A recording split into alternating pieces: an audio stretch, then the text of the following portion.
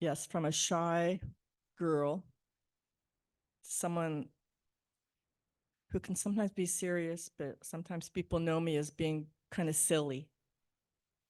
And I got this from my family, and I really acknowledge my mom and my dad for helping me get through different times of grief with a vision of how we can serve others, and that there is a universe that supports us in every way. So I couldn't stay in my little pity pot or sorrow or loss. And they exemplified how to get through these times in life because they also suffered. And um, I just want to say that I think about how my family has been and from where they came, and my grandparents and great grandparents. And a lot of it has come up because last night I went to Brown versus Board of Education play at the Rhythmics. My friend Amos White was one of the actors. And in 1954, when I was 8, so you can do the math later, that's when that was passed for integrating schools. And I'm looking at the mothers who were so strong and the families and the little girls who told how horrible it was to go in the cold and stand outside for a long time in the cold and the snow and the rain with no shelter to take a bus to schools. And also can think about people nowadays in different countries and different places in our country who are experiencing challenges of similar sorts. But I'm grateful. Jan mentioned, about being children of the 60s. I'm grateful for that time in my life and the examples that showed up for me. And it was so perfect today with this in mind. And I wasn't going to talk about that necessarily, but when you gave the songs today, and I thought about afterwards, I talked to Amos and some of the other actors, and the woman who wrote this, whom I met years ago, because she was the principal at the Montessori school where some of my friends' kids went, Cindy Acker. And it was pretty much verbatim what the court case was.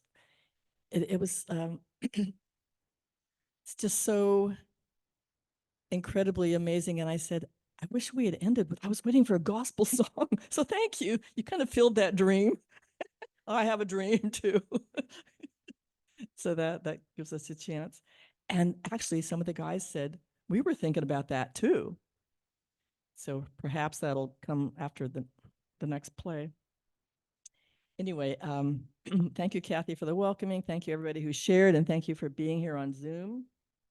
I see my friend Carol Wong. We were just at a 10-day trip in Breckenridge in Denver, and I got to ski and meet cool people and spread joy. And it's not like I just keep giving. I get it back.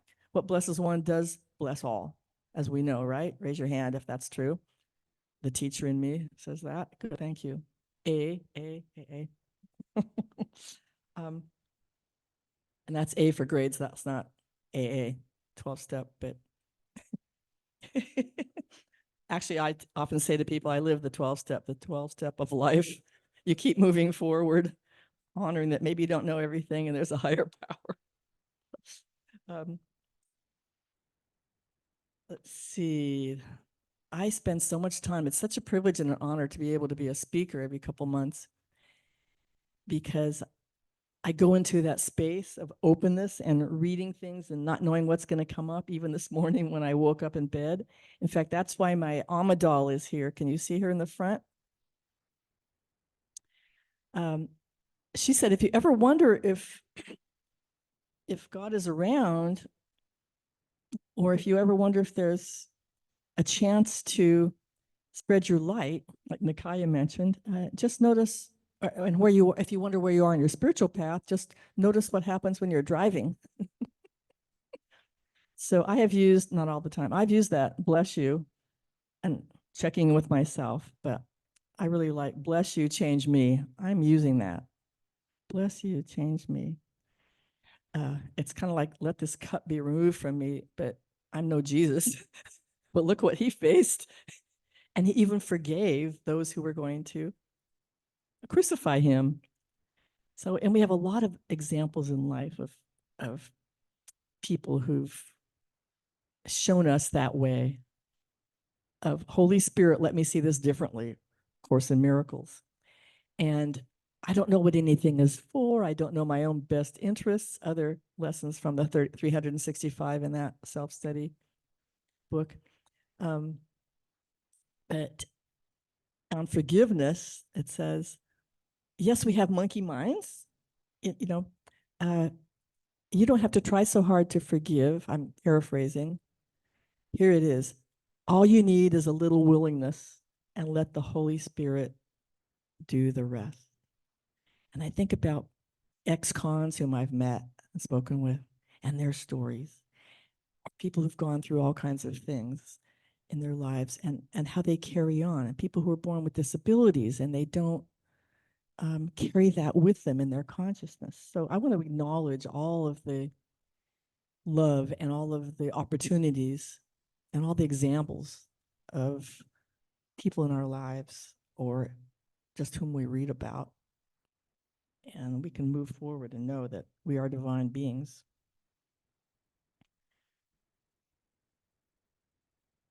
I want to go back just briefly to having been at this volleyball tournament yesterday. And what Kathy said, I kind of end up schmoozing with people or chit-chatting. So I got to talk during a break in the game of the team that my granddaughter plays on. And I talked to the coach. And I don't know how these things start, but I found out that she was a kinesiology, I don't even know all of it, but a different word, psychology major. And she's worked with foster kids. She has none of her own. And here she is coaching. And I talked about the energy, and she wants to impart to her players that they can tap into that core sense of spirituality and energy in their bodies and their being.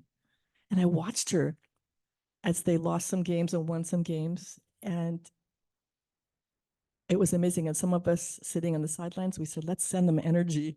And it didn't mean send good energy only to the winners, but we just wanted to surround them with that consciousness that is part of our mission, to raise the consciousness. So everything is around us, which we need. And as a reminder, let's see. You all got a handout, and if not, I have some up here. And I always bring extra Science of Mind magazines, and I got a couple unities, some other, but things that you can come up afterwards on the podium. Also, I want to say that this morning I woke up, and the first thing that came to me was embracing. And I thought, well, maybe I should have named my title Embracing instead of Spreading Joy. And I realized in order to spread joy, we have to embrace it, so embody it. So when you see Amma up here, come up for your hug. She's the hugging saint. And a lot of people call her the Divine Mother for themselves, because they didn't care for their mothers or didn't get care from their mothers. And she's become that being of light. And she's even, if you saw the movie Darshan, if not, I recommend it. There's a part where she's giving hugs, and she kisses a man with leprosy. So when we're afraid, don't get near me, I might catch this, or she takes it in, gets rid of it later, and it's amazing. Always there. And she says, my religion is love, compassion, and selfless service. You don't have to be a Hindu or a Buddhist or a New Thought person or an atheist or anybody like that. And also, in keeping with that, she puts petals on people when they come up for blessings, rose petals. So here's a rose, bouquet of roses, which I'd like you to take at least one. And then I have paper towels over there. You can wrap it in so you don't get the spines on you. So I digress a little bit, but I just wanted to say that inspiration comes no matter where you are. So it's not about, I have to sit down and I have to focus. So my invitation to each of you is see where inspiration comes. And if you want to write it down, that's fine. But just know that more is there. There's an abundance. and it will lift your spirits and keep you smiling in traffic or wherever you may be.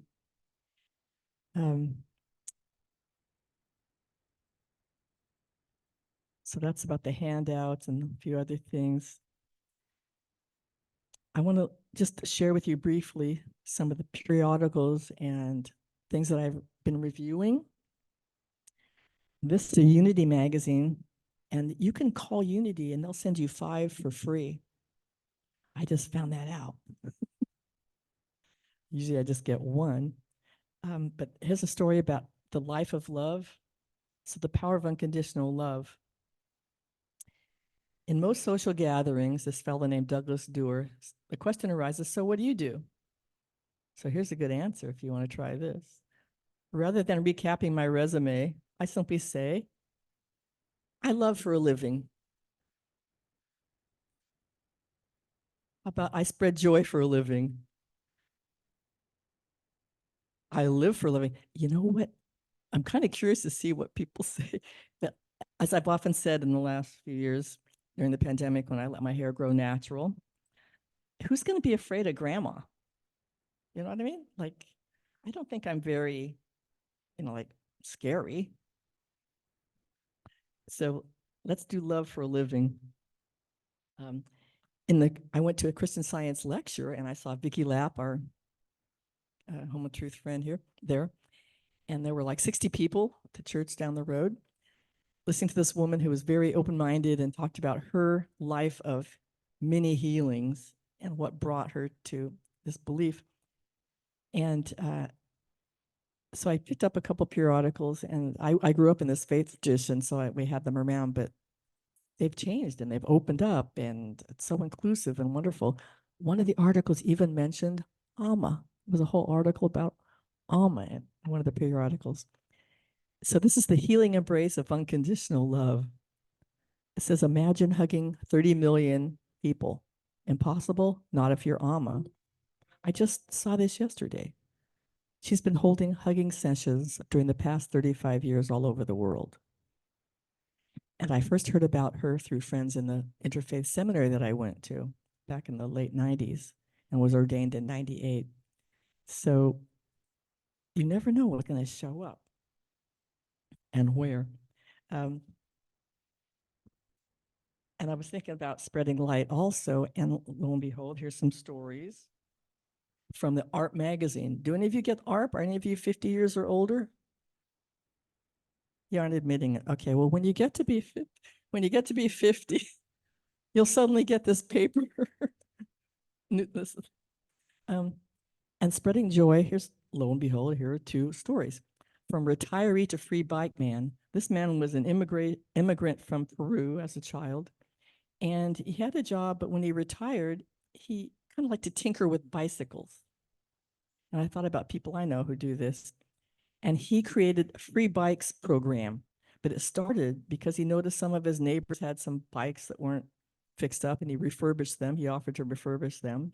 They said, we don't want them. And then he went to a park and he started handing them out. He never asks, well, what's your income level? Are you in the poverty? He doesn't ask anything. He just trusts that which right is unfolding in his life. He says, as of today, I've given away over, you'll never guess how many. Guess. 550 bikes. And I'm providing them to refugees from not just Afghanistan, but also Africa, Central America, Ukraine, and Iran. It brings a lot of satisfaction. It gives me hope. One young man, a Syrian refugee, said, this is the light in the dark. Okay, so I have chills. And just the second one is about a fellow named George Lee. The picture is of him being a blackjack dealer in Las Vegas, but he started out trying to leave Shanghai when the communists were going to take over. And his mother was Polish. Well, he couldn't leave right away because he was half Chinese. but he danced because his mother danced. He was a professional dancer, and he would watch her from the time he was a baby up till 7. He ended up coming to the United States and getting in dance programs and being accepted because they saw this little kid who could dance. And so he grew up to be a dancer, and then he retired, and dealing blackjack was his second career, different from dancing, but I enjoy the life. We help each other. So that's his community. You never know, right? Personally, for me, whatever happens in Las Vegas can stay in Vegas. Then there was an article about regeneration and New Thought tradition, which is what we embody here at the Home of Truth, and we're one of many, many organizations globally. We believe the founders got into this philosophy and wrote about it and started organizations because they were healed of reading the Bible. They weren't necessarily calling themselves any particular religion either. And it's open to everybody. So that was that part. And then the neuroscience of meditation in the Unity magazines. Be still and know that I am God from Psalms 46, verse 10. This person says, what a blessing this is to my life. My physical and mental health are enormously improved, and I'm finding the peace that I've always craved. So we know that meditation also changes your brain for all the science and physics studies. In fact, there was a study in 2020 of 54, which I just read about this too, 54 academics and physicians who were willing to try different spiritual things. And they had all sorts of experiences, near-death experiences, kind of out of body, and healings and connections. So it's just very fascinating that what blesses one does bless all, and it doesn't have to come in the name of a particular organization. Oh, speaking of organizations, I sent out some links today to some friends, thehomeoftruth.org, and inadvertently, as they say, I put a space after www. You know what came up? Home of Truth. There is this huge organization, and I'm thinking it could possibly have come from the Rick sisters, who actually used to ordain people and send them out to start their own homes of truth. There were at least 11. So I'm thinking, oh my gosh, you never know how far things will spread.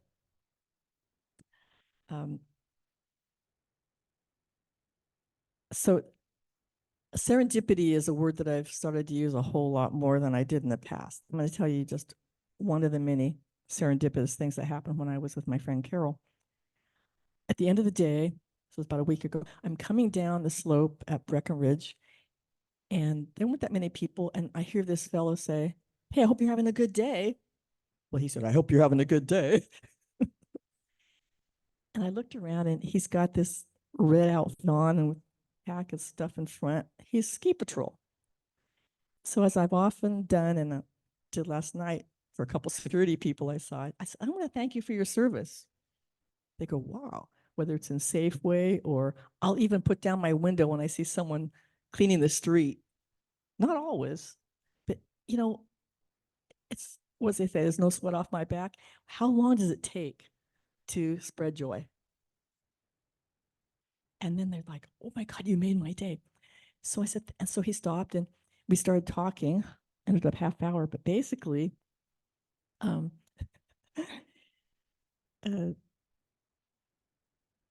where's the one? I should remember this. It's easy. Okay.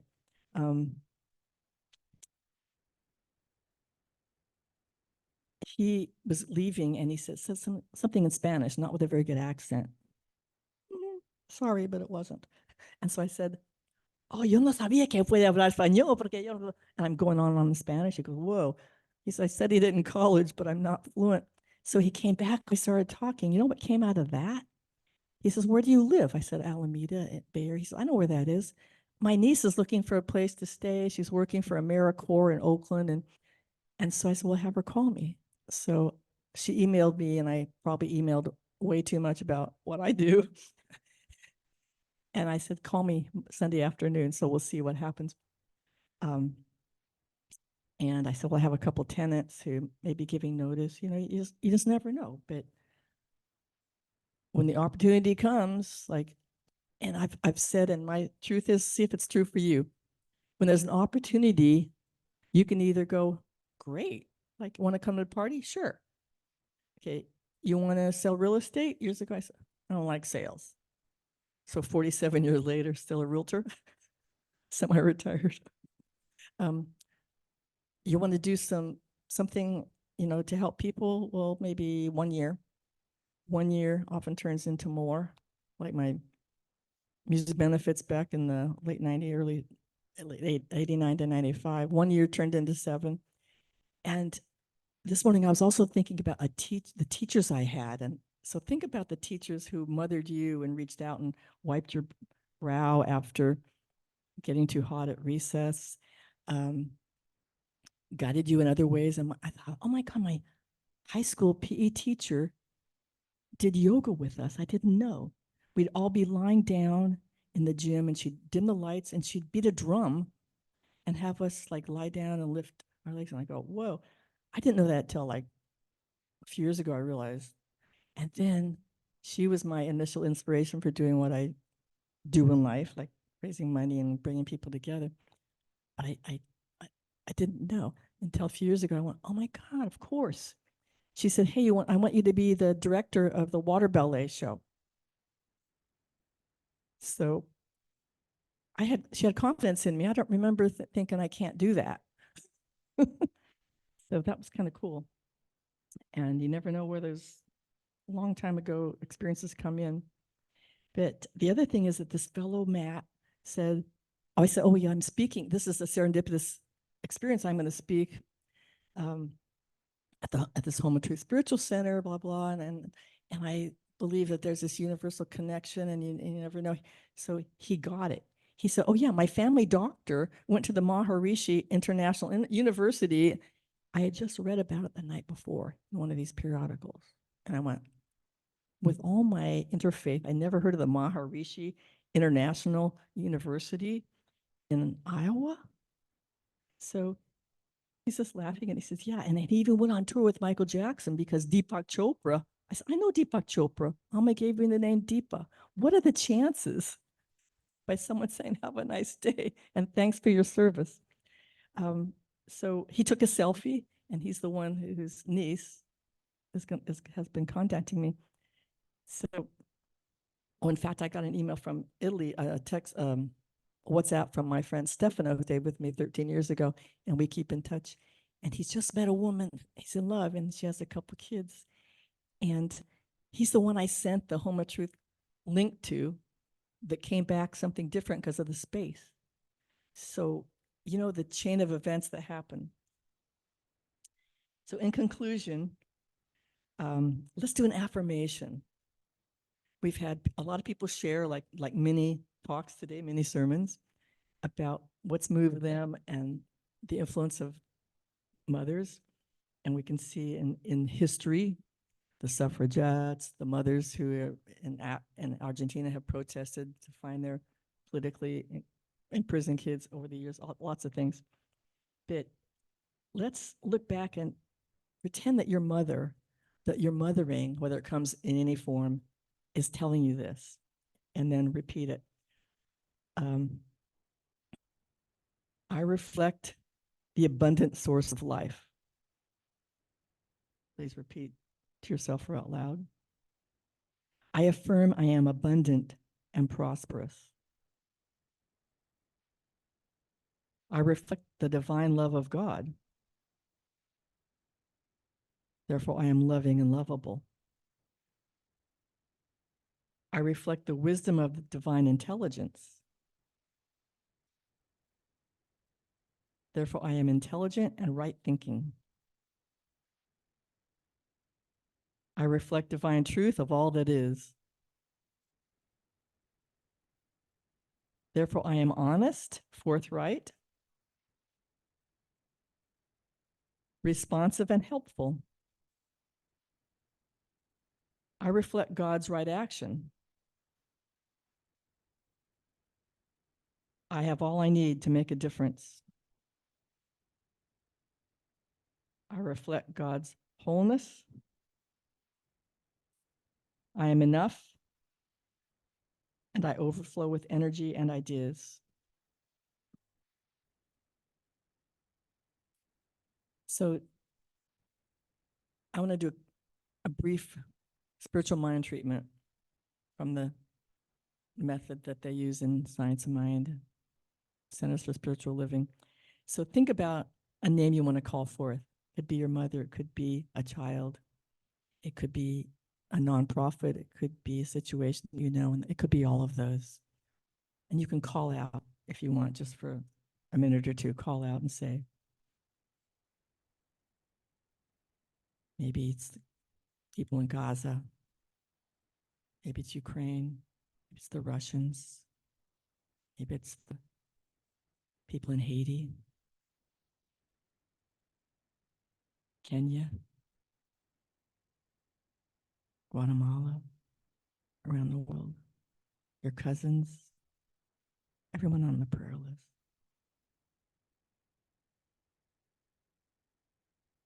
Mother, Father God,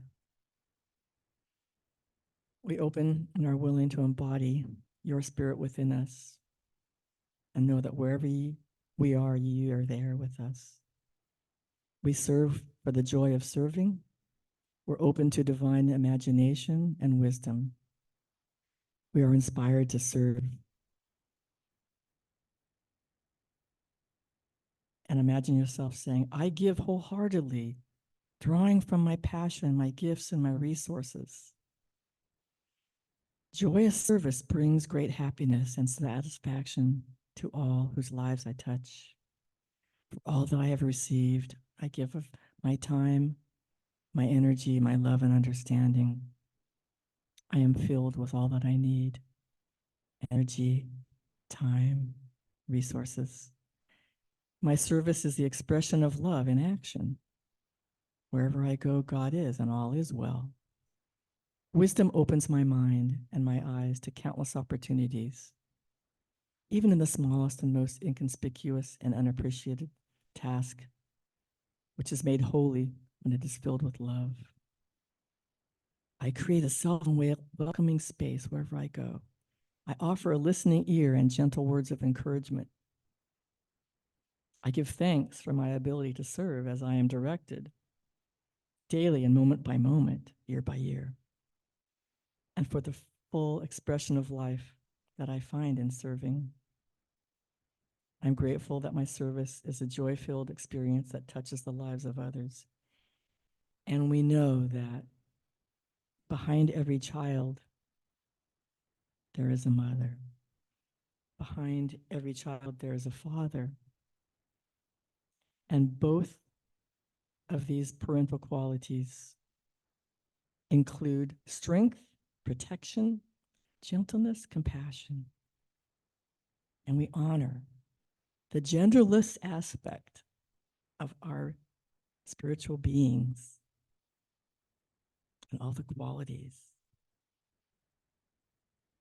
As you return to the rest of your day, remember you are the living expression of God right here and now, in whatever name you use for God. Be open, go forward, forgive and bless, take responsibility, and have fun, so be it.